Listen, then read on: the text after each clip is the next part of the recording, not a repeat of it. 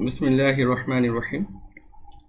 উচ্চ মাধ্যমিক দ্বাদশ ব্যবসায় শিক্ষা শাখার প্রিয় শিক্ষার্থীবৃন্দ, আসসালামু আলাইকুম ওয়া রাহমাতুল্লাহ। তোমাদের সবাইকে স্বাগত জানাচ্ছি আজকের এই অনলাইন ক্লাসে। প্রিয় শিক্ষার্থীবৃন্দ, তোমরা জানো তোমাদের সিলেবাসের চতুর্থ অধ্যায় অর্থাৎ সংগঠিতকরণ, এই অধ্যায়ে আমরা আছি। এই অধ্যায়ের উপরে অলরেডি 3টি ক্লাস হয়েছে, আজকে চতুর্থ ক্লাস। আজকের এই ক্লাস উপস্থাপনায় আমি আব্দুল্লাহ আল মামুন, সহকারী অধ্যাপক, ব্যবস্থাপনা বিভাগ, রাজশাহী কলেজ। শুরুতেই আমরা দেখে নিই আজকে আমরা কোন বিষয়গুলো আলোচনা করব। প্রথমে আমরা দেখব কমিটি সংগঠনের ধারণা। তোমরা জানো সংগঠনের যে প্রকারভেদ, তার মধ্যে অন্যতম কমিটি সংগঠন। এই কমিটি সংগঠনের ধারণা নিব আমরা, বৈশিষ্ট্য জানব, সুবিধা এবং সীমাবদ্ধতাগুলো দেখব। কমিটি সংগঠনের আরও একটি ভাগ ম্যাট্রিক্স সংগঠন, অন্যতম ভাগ ম্যাট্রিক্স সংগঠন। এই ম্যাট্রিক্স সংগঠনের ধারণা আমরা নিব, ম্যাট্রিক্স সংগঠনের বৈশিষ্ট্য আমরা দেখব, ম্যাট্রিক্স সংগঠনের সুবিধা ও সীমাবদ্ধতাগুলো আমরা আলোচনা করব এবং সর্বশেষ আমরা যে প্রশ্নটি দেখব, সংগঠন কাঠামো প্রণয়নে বিবেচ্য বিষয়, অর্থাৎ কোন সংগঠন একটি সংগঠন কাঠামো একটি প্রতিষ্ঠানের জন্য বিবেচ্য হবে, সেই সিদ্ধান্ত নেওয়ার ক্ষেত্রে যে বিষয়গুলো আমাদের দেখতে হবে সেটা আমরা দেখব। শুরুতেই আসো কমিটি সংগঠনের ধারণা। এ প্রসঙ্গে আমি একটা ঘটনার অবতারণা করছি, তোমরা দেখো। আমরা সবাই জানি সম্প্রতি একটি দুর্ঘটনা ঘটে গেছে বুড়িগঙ্গা নদীতে। একটি লঞ্চ, বৃহৎ লঞ্চ একটি ছোট লঞ্চকে ধাক্কা দিয়েছে। তো এই যে এই দুর্ঘটনা ঘটছে এবং আমরা এই ইলেকট্রনিক মিডিয়া, প্রিন্ট মিডিয়ার মাধ্যমে আমরা যেটা জানি যে এই ঘটার পরে এই ঘটনার দায়ী দোষীকে এটাকে খুঁজে বের করার জন্য প্রশাসনিকভাবে একটি তদন্ত কমিটি করা হয়েছে, যারা এই ঘটনা খতিয়ে দেখবে এবং প্রকৃত দায়ী বা দোষীকে সে সম্পর্কে তারা মতামত জানাবে। আরও একটি বিষয়, সামনে তোমাদের উচ্চ মাধ্যমিক একাদশ শ্রেণীর ভর্তি প্রক্রিয়া শুরু হবে। তোমরাও জানো যে এই উচ্চ মাধ্যমিক একাদশ শ্রেণীর ভর্তি এটি একটি কমিটির মাধ্যমে সম্পন্ন হয়, অর্থাৎ সেখানে 3জন বা 4জন বা 5জন তোমাদের শ্রদ্ধেয় শিক্ষক মণ্ডলী থাকেন, যারা এই পুরো কাজটি সম্পন্ন করেন প্রশাসনের পক্ষ থেকে।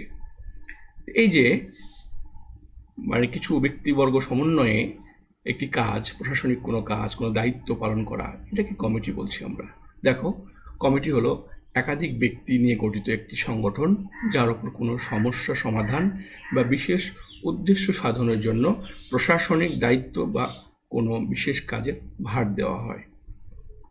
অর্থাৎ প্রশাসনের পক্ষ থেকে বা নির্বাহী পক্ষ থেকে কোনো বিশেষ ধরনের কাজ হতে পারে। এটা হতে পারে একটি ক্রীড়া কমিটি, যারা তোমাদের কলেজে একটি ক্রীড়া কমিটি আছে, যারা কলেজে তোমাদের শিক্ষার্থীদের যে সারা বছরে যে গেম প্ল্যান বা এটাকে এক্সিকিউট করে তারা। এছাড়া ক্রয় কমিটি থাকে প্রত্যেক প্রতিষ্ঠানে, যারা প্রতিষ্ঠানের পক্ষ থেকে বিভিন্ন সরঞ্জাম আদি ক্রয় করেন। এরকম বিভিন্ন দায়িত্ব পালন করার জন্য কিছু ব্যক্তিবর্গ সমন্বয়ে গঠিত একটি টিম, যাকে আমরা বলছি কমিটি। এ প্রসঙ্গে দেখো, তোমরা দেখতে পাচ্ছ আমরা WH নিউম্যানের একটি সংজ্ঞা দেখি।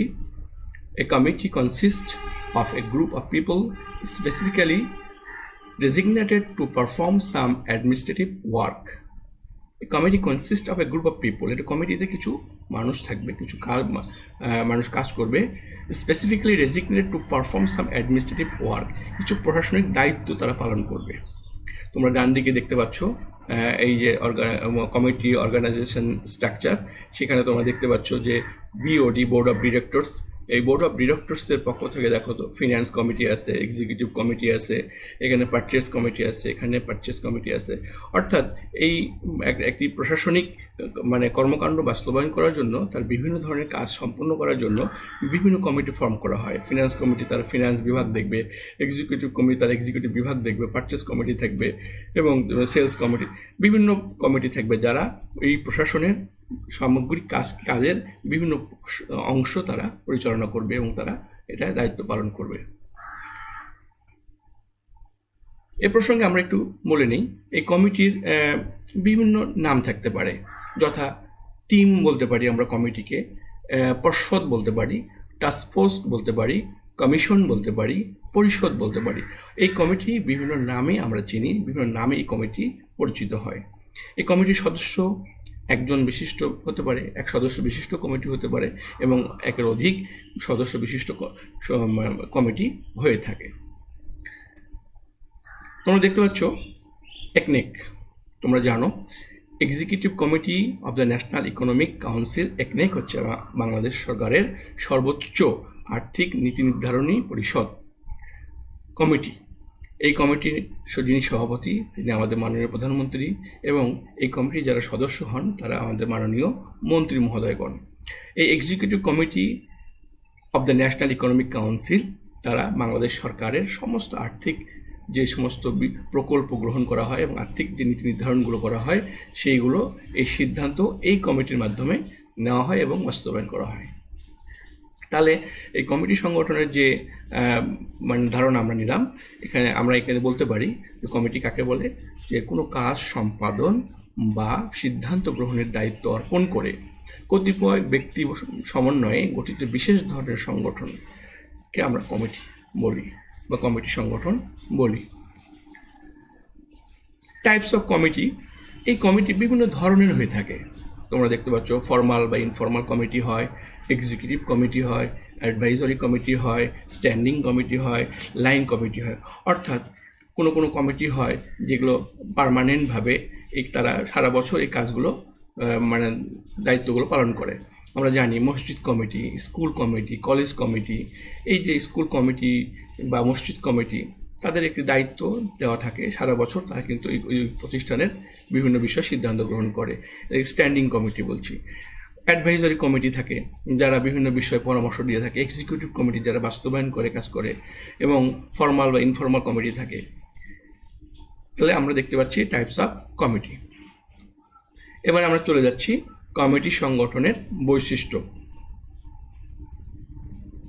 প্রথম বৈশিষ্ট্য, নির্বাচিত বা মনোনীত সদস্য। অর্থাৎ এই কমিটির সদস্য কারা হবেন? যে কেউ এই কমিটির সদস্য হতে পারবে না, যে কেউ এই কমিটির সদস্য হতে পারবে না। এই কমিটির সদস্য হবেন তারাই যাদেরকে নির্বাচিত করা হবে। অর্থাৎ প্রতিষ্ঠানের নির্বাহী লেভেল বা বোর্ড অফ ডিরেক্টরস লেভেল বা অ্যাডমিনিস্ট্রেটিভ লেভেল থেকে যাদেরকে নির্বাচিত করা হবে, মনোনীত করা হবে, তারা এই কমিটির সদস্য হবেন। এবং এই কমিটির সদস্য হওয়ার জন্য তাদেরকে বিশেষ বিষয়ে পারদর্শিতা বা বিশেষ জ্ঞান তাদের থাকতে হয়।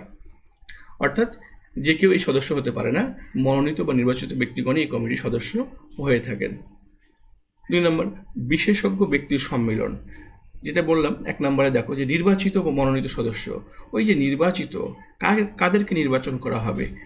অর্থাৎ যারা যে বিষয়ে পারদর্শী, যে বিষয়ে জ্ঞান রাখেন, তাদেরকেই সেই কমিটির সদস্যভুক্ত করা হয়। একটি দুর্ঘটনা সংক্রান্ত তদন্ত করার জন্য এই দুর্ঘটনার সংশ্লিষ্ট যারা থাকেন, বিভিন্ন পক্ষ, তাদেরকেই এই তদন্ত করার জন্য এই কমিটির সদস্য করা হয়। একটি তোমাদের উচ্চ মাধ্যমিক ভর্তির উদাহরণ দিয়েছি, উচ্চ মাধ্যমিক ভর্তি প্রক্রিয়া।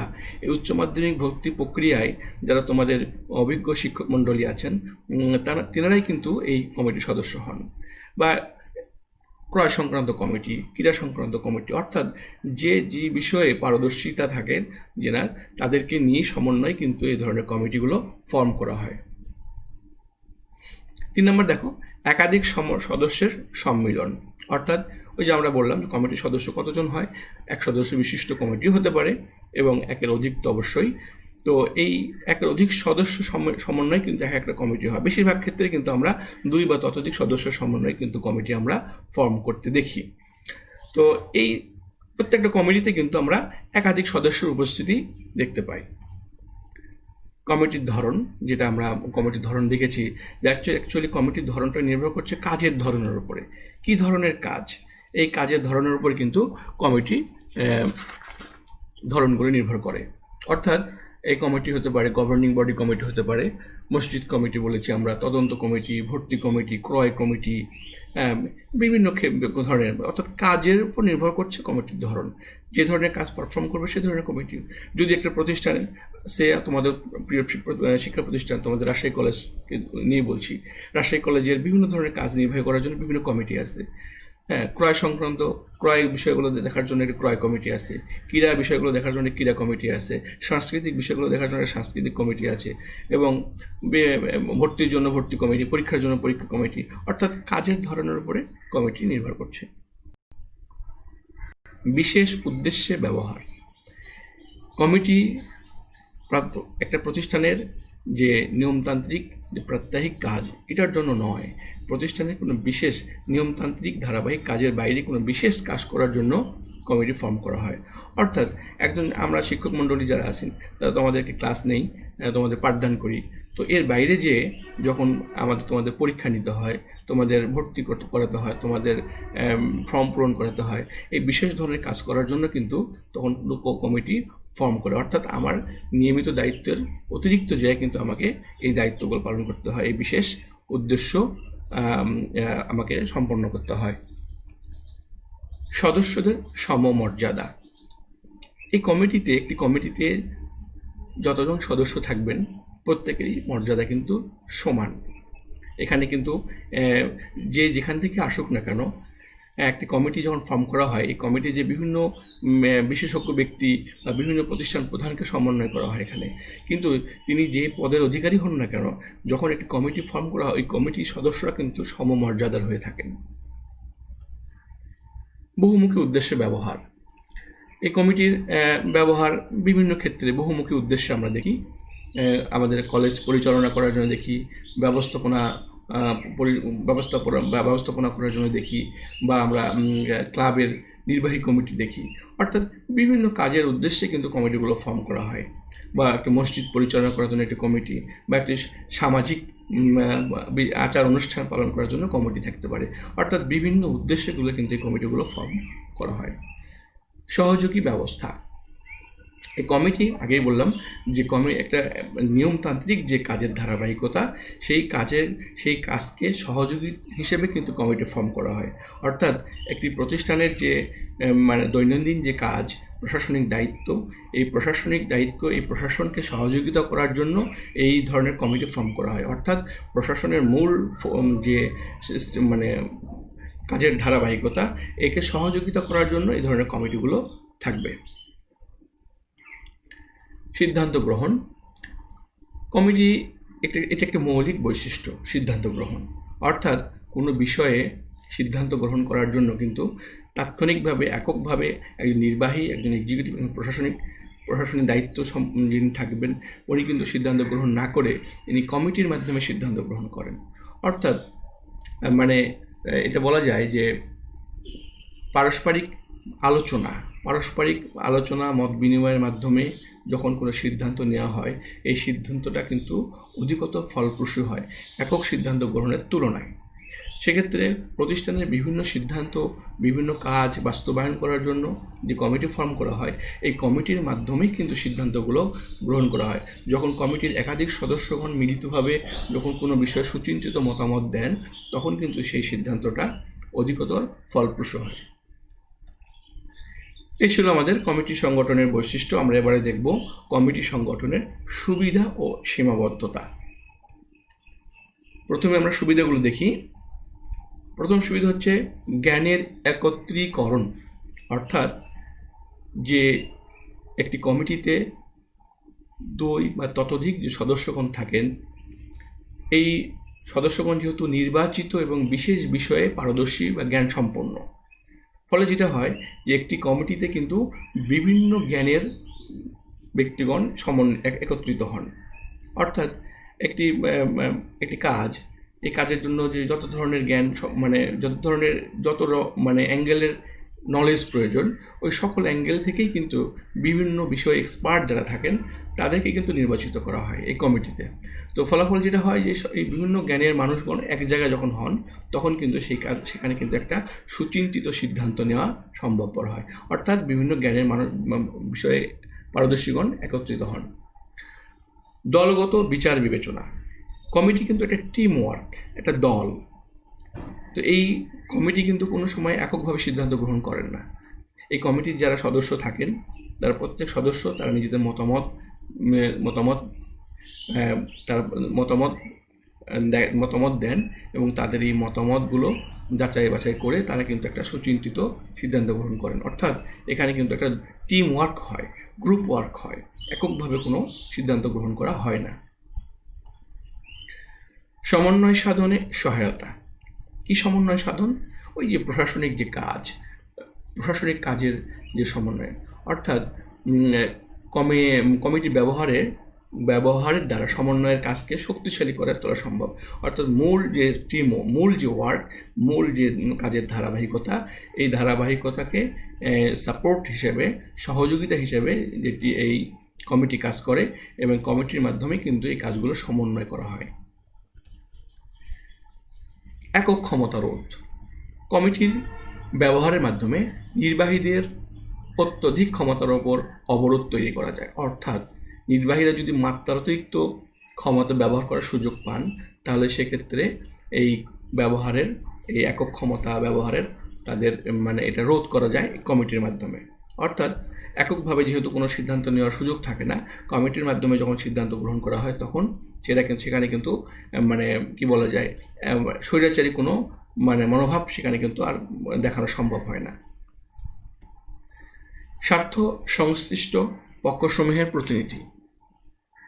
অর্থাৎ একটি ঘটনা যখন ঘটে যায়, তো এই ঘটনার সঙ্গে সংশ্লিষ্ট যে সমস্ত পক্ষ থাকে, একটি দুর্ঘটনা ঘটেছে, একটি রোড অ্যাক্সিডেন্ট হয়েছে, এই রোড অ্যাক্সিডেন্টের স্বার্থ সংশ্লিষ্ট কারা? এই রোড অ্যাক্সিডেন্টের স্বার্থ সংশ্লিষ্ট হবে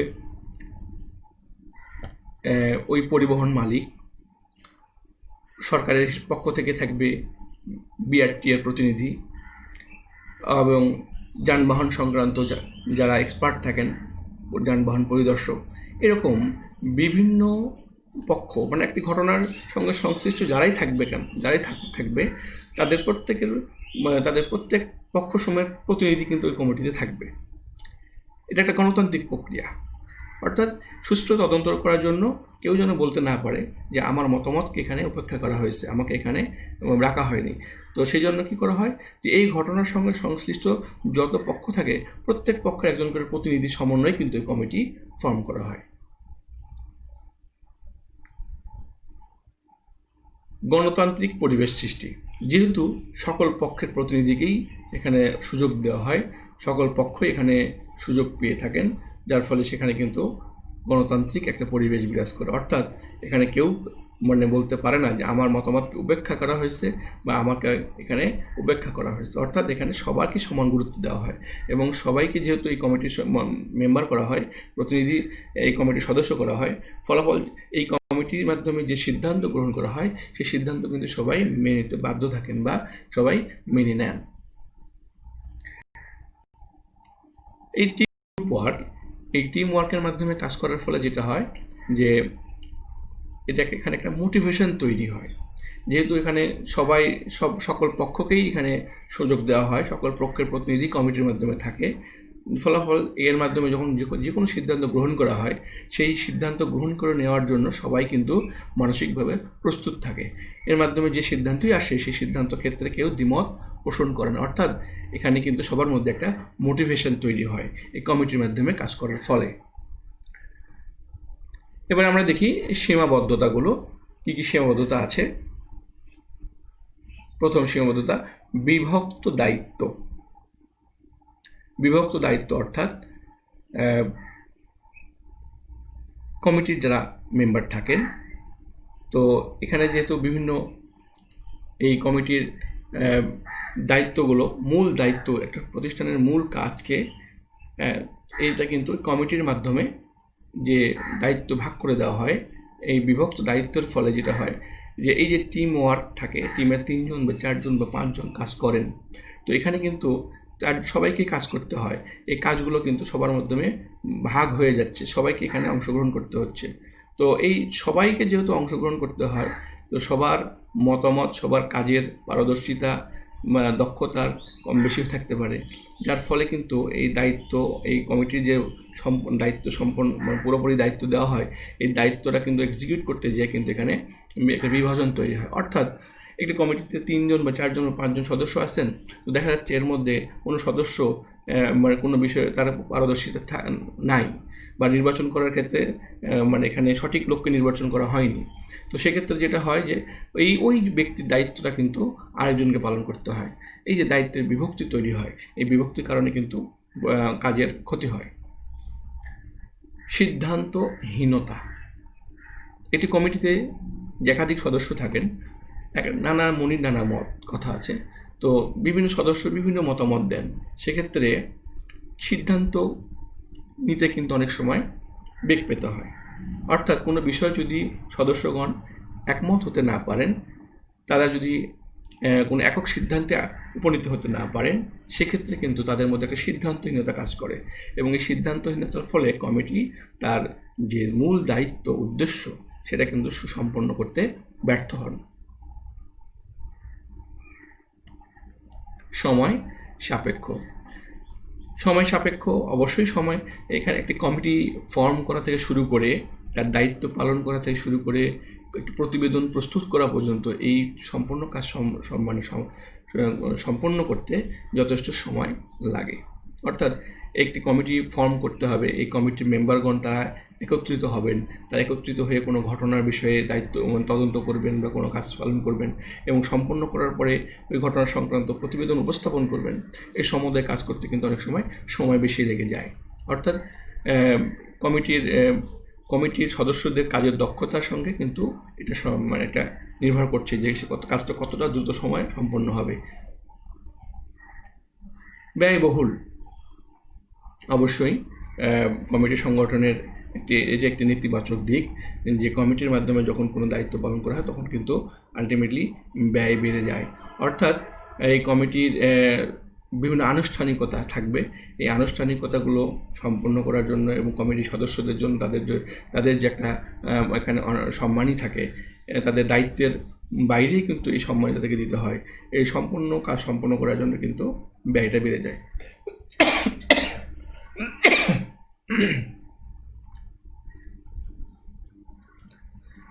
আন্তঃবিভাগীয় দ্বন্দ্ব।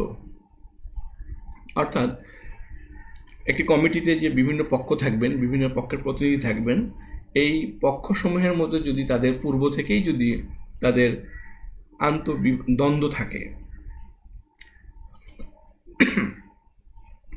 আন্তঃকলহ থাকে, অর্থাৎ ক্রয় বিভাগ এর সঙ্গে বিক্রয় বিভাগ, ক্রয় কমিটির সঙ্গে বিক্রয় বিভাগ, এদের মধ্যে একটা পূর্ব থেকেই কিন্তু একটা দ্বন্দ্ব বিরাজমান।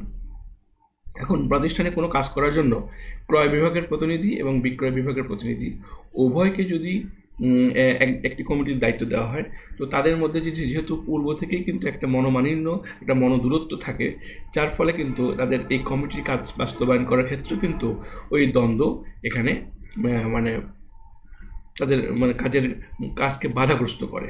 অর্থাৎ এই দ্বন্দ্ব এই কমিটির যে মূল উদ্দেশ্য, সেই উদ্দেশ্য কিন্তু সুসম্পন্ন করতে বাধাগ্রস্ত করে। রাজনৈতিক প্রভাব। কমিটির কাজের ক্ষেত্রে রাজনৈতিক প্রভাব লক্ষণীয়, কারণ একটি কমিটি যখন ফর্ম করা হয়, সেই যেহেতু কমিটির সদস্যগণ বিভিন্ন ব্যক্তিবর্গ হয়ে থাকেন, তাদের ব্যক্তিবর্গের তাদের মন মানসিকতা, তাদের চিন্তা চেতনার যেহেতু ভিন্নতা আছে, সুতরাং এখানে রাজনৈতিকভাবে কিন্তু মানে বাহ্যিক প্রভাব কিন্তু লক্ষণ করা যায়, এবং এই সমস্ত রাজনৈতিক বাহ্যিক প্রভাবের কারণে কমিটি তার মূল দায়িত্ব বা তাদের যে মূল উদ্দেশ্য সেটা কিন্তু বাস্তবায়ন করতে অনেক সময় ব্যর্থ হন। 7 নম্বর, গোপনীয়তা প্রকাশ। যেহেতু একটি কমিটির মাধ্যমে যখন করা সম্পন্ন করানো হয়, ওই কমিটিতে বিভিন্ন সদস্য থাকবেন, এবং এই কাজটা যদি কনফিডেন্সিয়াল হয়, গোপনীয় হয় প্রতিষ্ঠানের জন্য, কিন্তু যেহেতু বিভিন্ন ব্যক্তির মাধ্যমে ইনভলভ করানো হচ্ছে, যার ফলে কিন্তু এই গোপনীয়তা কিন্তু প্রকাশ পাওয়ার সম্ভাবনা তৈরি হয়। অর্থাৎ এই কাজটি যদি এককভাবে করা হতো, তাহলে যে প্রতিষ্ঠানের গোপনীয়তা এখানে সুরক্ষিত হতো, কিন্তু যখন কমিটির মাধ্যমে করানো হচ্ছে তখন কিন্তু এর গোপনীয়তা প্রকাশ হয়ে যাওয়ার একটা সম্ভাবনা তৈরি হয়। এইগুলোই হচ্ছে আমাদের এই কমিটি সংগঠনের সীমাবদ্ধতা। আমরা অসুবিধা বলবো না, এগুলো কিছু সীমাবদ্ধতা।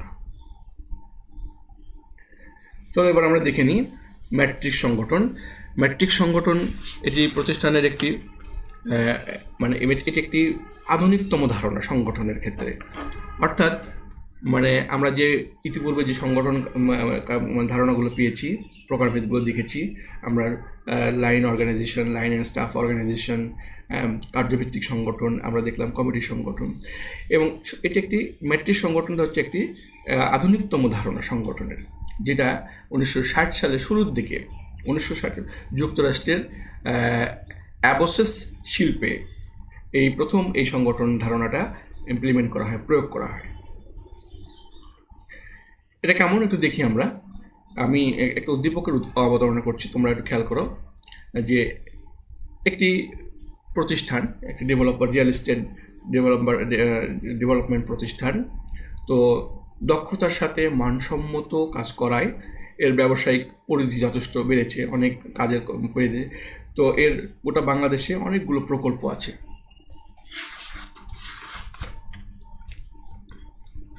গোটা বাংলাদেশে অনেকগুলো প্রকল্প আছে, বিভিন্ন জায়গায় তারা 10টি বিল্ডিং নির্মাণের কাজ করছে। প্রতিটি বিল্ডিং তৈরির কাজকে একটি প্রকল্প ধরে প্রত্যেক বিল্ডিংয়ের জন্য এক একজন প্রকল্প ব্যবস্থাপক নিয়োগ দেওয়া হয়েছে।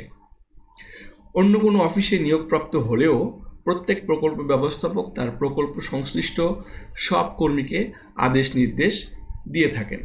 আবার প্রতিষ্ঠানের সাধারণ ব্যবস্থাপকীয় কাজকে বিক্রয়, বাজারজাতকরণ, অর্থ ও হিসাব, মানব সম্পদ এই 3টি ভাগে ভাগ করা হয়েছে। প্রত্যেক বিভাগে এক একজন বিশেষজ্ঞ ব্যবস্থাপক হিসেবে নিয়োগ দেওয়া হয়েছে। অর্থাৎ আমরা কি বুঝলাম, যে একটি প্রতিষ্ঠানের যে নিয়মতান্ত্রিক ধারাবাহিক কাজ, এই কাজের বাইরে যখন এক্সট্রা কাজ করতে হয়, এই কাজগুলো সম্পন্ন করার জন্য, এই কাজগুলোকে আমরা বলছি প্রকল্প, এই প্রত্যেকটা প্রকল্পকে সম্পন্ন করার জন্য এক একজন ব্যবস্থাপককে প্রকল্প ব্যবস্থাপক হিসেবে নিয়োগ দেওয়া হচ্ছে।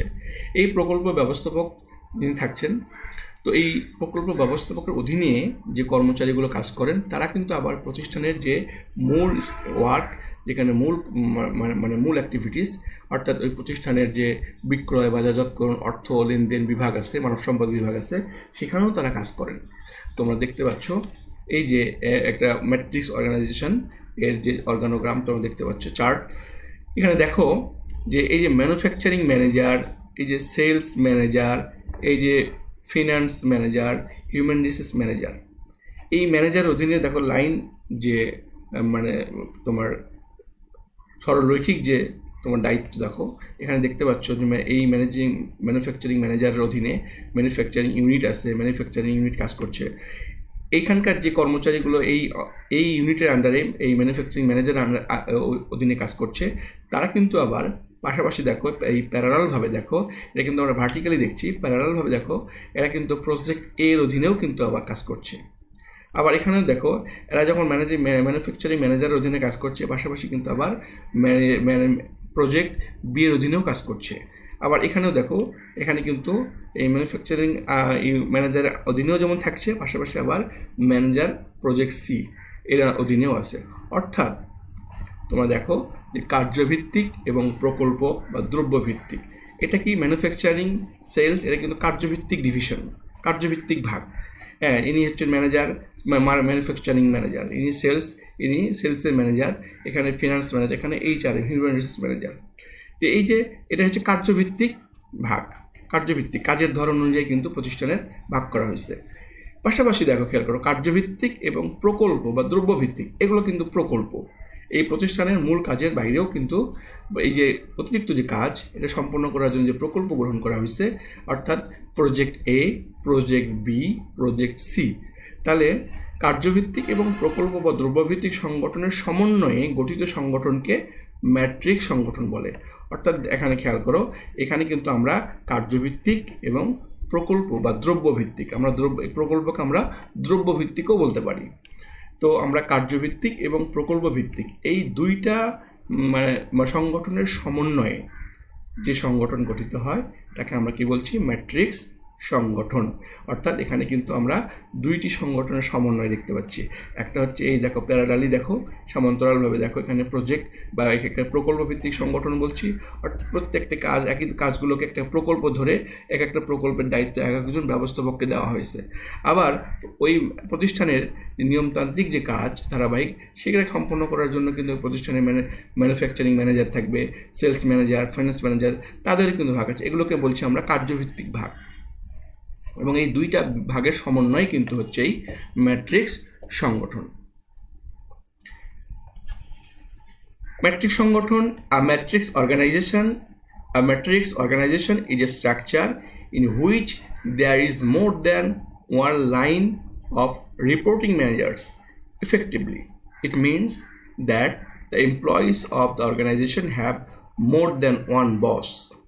আবারও পড়ছি দেখো, a matrix organization is a structure in which there is more than one line of reporting managers. Effectively, it means that the employees of the organization have more than one boss. অর্থাৎ ওই প্রতিষ্ঠানে যারা employee, সেই এমপ্লয়ির একের অধিক boss থাকবেন। আমরা একটু পিছনে ফিরে যাচ্ছি দেখো, এই যে এখানে খেয়াল করে দেখো, এই যে ম্যানুফ্যাকচারিং ইউনিট আছে, এই ম্যানুফ্যাকচারিং ইউনিটে যারা কাজ করবেন যে সমস্ত কর্মচারী, তার বস কিন্তু এখানে দুইটি। এক হচ্ছে তার ম্যানুফ্যাকচারিং ম্যানেজার, তিনিও যেমন তার বস, এবং প্রজেক্ট ম্যানেজার এ, যেহেতু এই ম্যানেজার প্রজেক্ট এ এর ম্যানেজারের অধীনেও এই কর্মচারীগণ, অর্থাৎ তারও অধীনস্থ তারা। অর্থাৎ এখানে দুইটি একের অধিক বস, তার মানে কি দুইটি বসের আন্ডারে তাকে কাজ করতে হচ্ছে, দুইটি বসের নির্দেশ তাকে পালন করতে হচ্ছে। এটাই হচ্ছে এই ম্যাট্রিক্স সংগঠনের মৌলিক বৈশিষ্ট্য। তার মানে the organisation have more than one boss, তার ওই প্রতিষ্ঠানের কর্মচারীদের দুইটি একের অধিক বস থাকবে, মোর দ্যান ওয়ান বস, একের অধিক বস থাকবেন।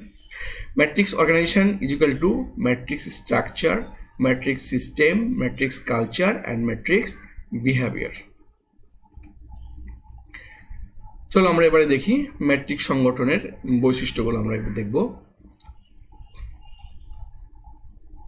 প্রথম বৈশিষ্ট্য, প্রকল্প ও কার্যভিত্তিক বিভাগের সমন্বয়। আমরা যে ম্যাট্রিক্স অর্গানাইজেশন যে চার্ট দেখলাম আমরা, সেখানে কিন্তু আমরা দেখেছি যে এখানে প্রকল্প যেমন আছে, আবার কার্যভিত্তিক ভাগও আছে। এই দুইটা ভাগের বা দুই ধরনের কাজের সমন্বয় কিন্তু আমরা দেখতে পাচ্ছি এই ম্যাট্রিক্স সংগঠনে।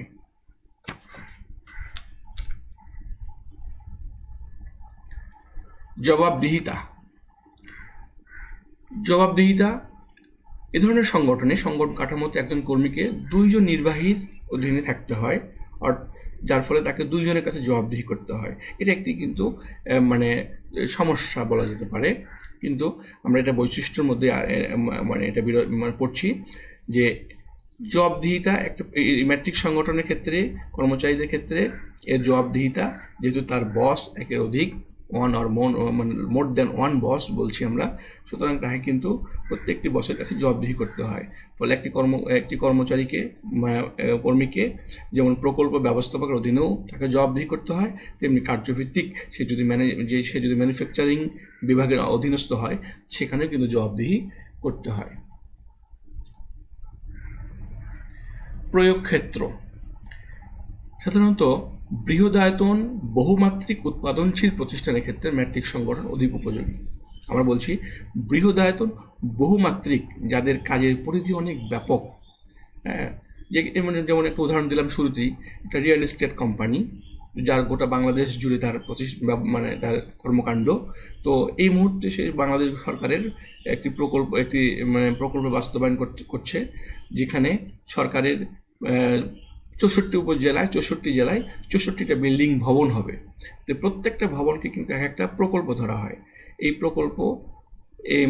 প্রত্যেকটা ভবনকে এক একটা প্রকল্প ধরেই কিন্তু এই হোল প্রকল্পকে সমন্বয় করা হয়।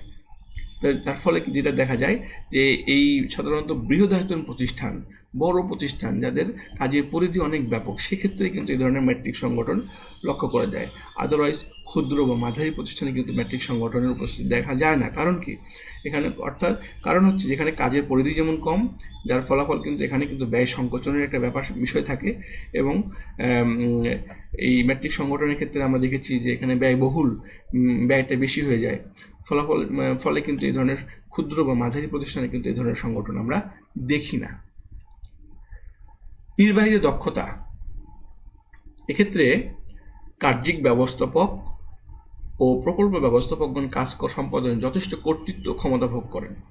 অর্থাৎ দুই ধরনের আমরা এখানে ব্যবস্থাপককে দেখি, যেনারা প্রজেক্ট ম্যানেজার, প্রকল্প ব্যবস্থাপক এবং আমাদের কার্যভিত্তিক ব্যবস্থাপক। এই দুই ধরনের ব্যবস্থাপক তাদের দায়িত্ব পালন করার ক্ষেত্রে প্রতিষ্ঠানের পক্ষ থেকে কিন্তু যথেষ্ট কর্তৃত্ব ক্ষমতা তাদেরকে দেওয়া হয়। উচ্চতর কর্তৃপক্ষ তাদের কাছে অনেক কর্তৃত্ব দেন, ফলে এই ধরনের সংগঠনের নির্বাহীগণ অধিক দক্ষতা ও যোগ্যতা দেখানোর সুযোগ পান। অর্থাৎ কাজের ক্ষেত্রে কিন্তু এই ধরনের এই নির্বাহীদের কিন্তু যথেষ্ট পরিমাণ কর্তৃত্ব এবং দায়িত্ব ক্ষমতা দেওয়া হয়ে থাকে। প্রকল্পের সমন্বিতকরণ, ম্যাট্রিক্স সংগঠনে যেটা দেখি আমরা, ম্যাট্রিক্স সংগঠনের সুন্দর, পরিকল্পিত ও কার্যকর কর্মকৌশল প্রতিষ্ঠানের উদ্দেশ্য অর্জনের কাজে লাগানো যায়। এক্ষেত্রে কার্যিক ব্যবস্থাপক ও প্রকল্প ব্যবস্থাপকগণ একত্রে কাজ করে। এদের সহায়তার জন্য প্রধান নির্বাহী সবসময় কাজ করেন, ফলে সংগঠনের সকলের প্রচেষ্টায় প্রকল্পের সময় কাজ সঠিক ও সুসম্পন্ন করা যায়, নির্ধারিত সময়ের মধ্যেই সম্পন্ন করা যায়। তোমরা জানো যে আমাদের যে বর্তমানে সরকারের যে সবচেয়ে বড় প্রকল্প এই মুহূর্তে পদ্মা সেতু। তো এই পদ্মা সেতুর কাজটা কিন্তু অনেকগুলো কাজের সমন্বয়। প্রথম কাজ হচ্ছে যে পদ্মা সেতুর উপরে এই যে মূল ব্রিজ তৈরি করা, এর পাশাপাশি কিন্তু এর সঙ্গে লিং রোড তৈরি করা, নদী শাসন করা। অর্থাৎ এখানে কিন্তু আমরা অনেকগুলো প্রকল্প দেখি। এই সমস্ত প্রকল্পগুলো কিন্তু সরকারের সড়ক ও জনপথ বিভাগ, সেই জনপথ বিভাগ থেকে কিন্তু এখানে সমন্বয় করা হয়। কিন্তু অনেকগুলো প্রকল্প কিন্তু এখানে একসঙ্গে কাজ করে। এখানে নদী শাসন যেমন একসঙ্গে হচ্ছে, নদী শাসনের সঙ্গে লিং রোড হচ্ছে, পাশাপাশি নদীর উপরে যে মূল অবকাঠামো, ব্রিজের অবকাঠামো, সেটাও তৈরি হচ্ছে। এই যে তিনটি বা অনেকগুলো প্রকল্প এখানে কিন্তু একসঙ্গে কাজ করা হচ্ছে, এবং এই সমন্বয় কাজটা কিন্তু করছে কি সড়ক ও জনপথ মন্ত্রণালয়।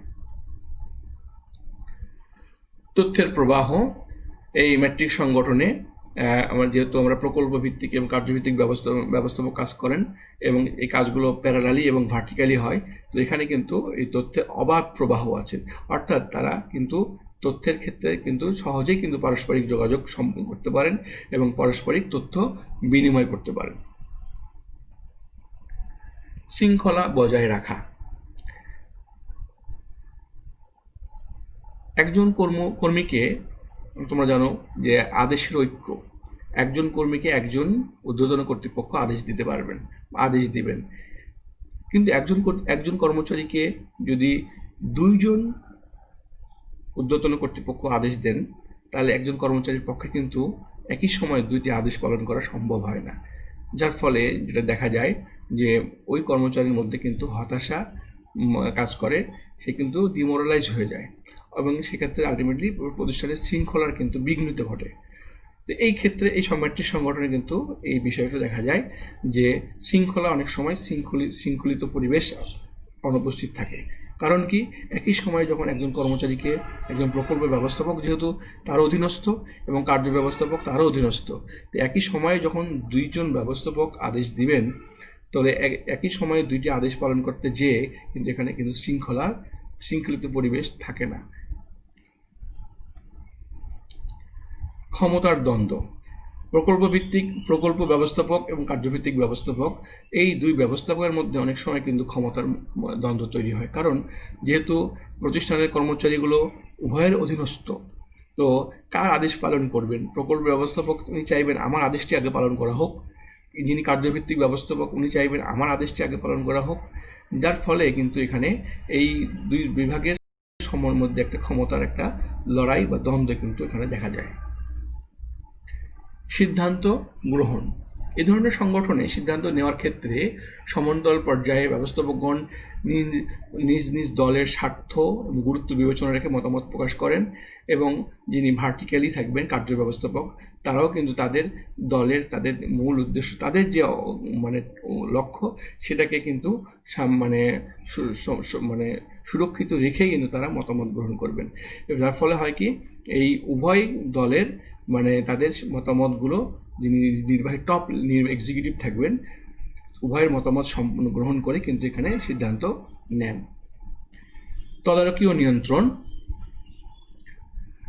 এরূপ সংগঠনের পরিচালনার ক্ষেত্রে এই যে প্রকল্প ব্যবস্থাপক এবং কার্য ব্যবস্থাপক উভয়ের কাজকে নিয়ন্ত্রণ করার জন্য একজন টপ এক্সিকিউটিভ থাকবেন, যেনার আন্ডারে কিন্তু একজন প্রকল্প ব্যবস্থাপকও থাকবেন, একজন কার্য ব্যবস্থাপকও থাকবেন। এই দুই ধরনের ব্যবস্থাপক কিন্তু ওই যে টপ এক্সিকিউটিভ থাকবেন তার অধীনস্থ থাকবেন এবং তিনি তাদের নিয়ন্ত্রণ করবেন।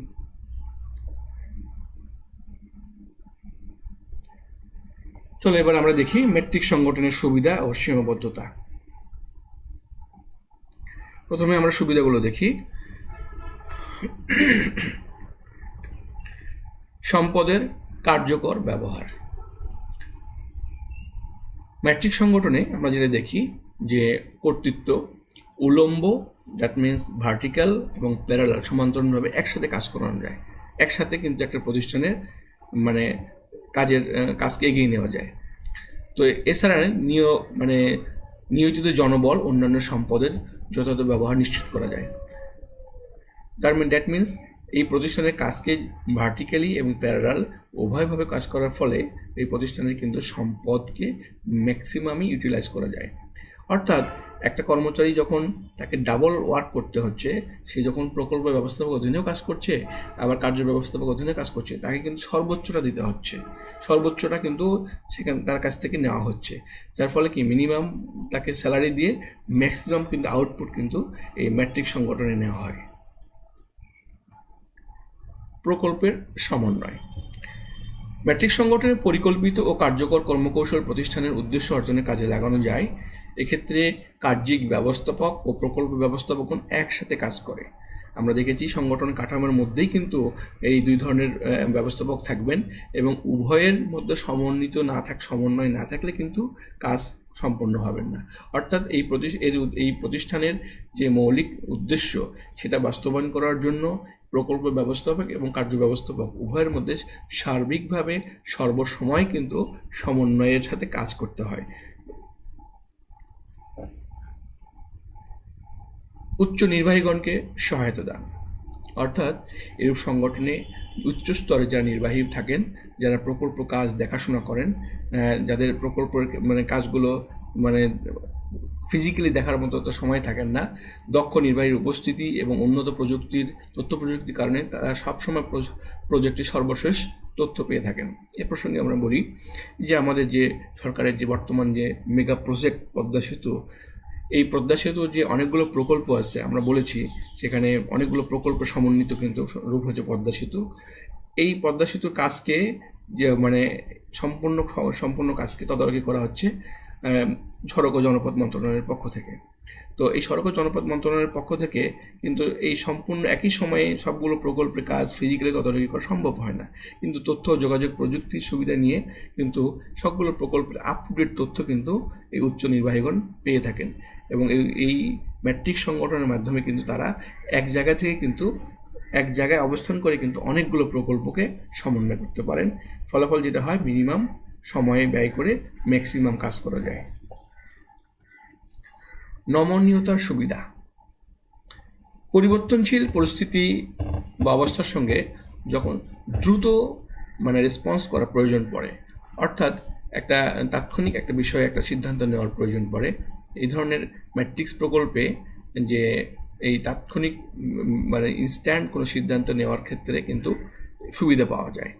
কারণ এক্ষেত্রে কিন্তু এই সংগঠনের মধ্যে কিন্তু ফ্লেক্সিবিলিটি কাজ করে। অর্থাৎ যিনি প্রকল্প ব্যবস্থাপক, যিনি কার্য ব্যবস্থাপক, এখন কোনো একটা সিচুয়েশন যদি চলে আসে যে কার কাজটি অধিকতর গুরুত্বপূর্ণ, কোনটি সময়ের সঙ্গে চাহিদা সম্পন্ন, অর্থাৎ যদি কার্য ব্যবস্থাপক তার কাজটাকে ফোকাস করতে হয়, সেক্ষেত্রে প্রকল্প ব্যবস্থাপকের অধীনস্থ একই যেহেতু কর্মচারী, একই যেহেতু কর্মী, তারা কিন্তু প্রকল্প ব্যবস্থাপকের কাজটিকে হয়তো গুরুত্ব কম দিয়ে এইখানে তারা কিন্তু কার্য ব্যবস্থাপকের অধীনে কাজটাকে বেশি গুরুত্ব দেন। অথবা যদি এমন মনে হয় যে প্রতিষ্ঠানের এই মুহূর্তে প্রকল্পর কাজটিকে অধিকতর জোরদার করা প্রয়োজন, সেক্ষেত্রে তারা কিন্তু প্রতিষ্ঠানের যে কার্য ব্যবস্থাপক অধীনস্থ যে কাজ সেখানে কিন্তু গুরুত্ব কম দিয়ে তারা প্রকল্প ব্যবস্থাপক অধীনে কাজকে অধিকতর গুরুত্ব দিতে পারেন। অর্থাৎ এখানে কিন্তু ফ্লেক্সিবিলিটি কাজ করে।